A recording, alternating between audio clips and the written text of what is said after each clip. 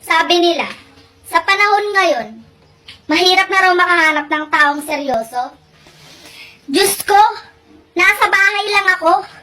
Naghuhugas ng plato.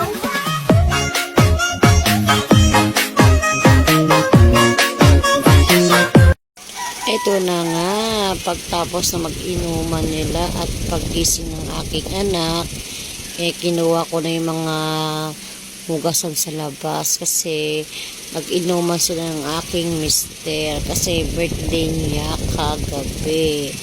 Kaya ayun, naglinis ako doon, nagwalis ako doon. Lahat ng mga pinagamitan nila nilagay ko sa gilid para paggising ng mga tao doon malinis na. Ay nako, yung mga pitche hinugasan ko na para malabig na yung tubig namin. Ayan, linis na lang tayo ng maaga para matapos. Salamat.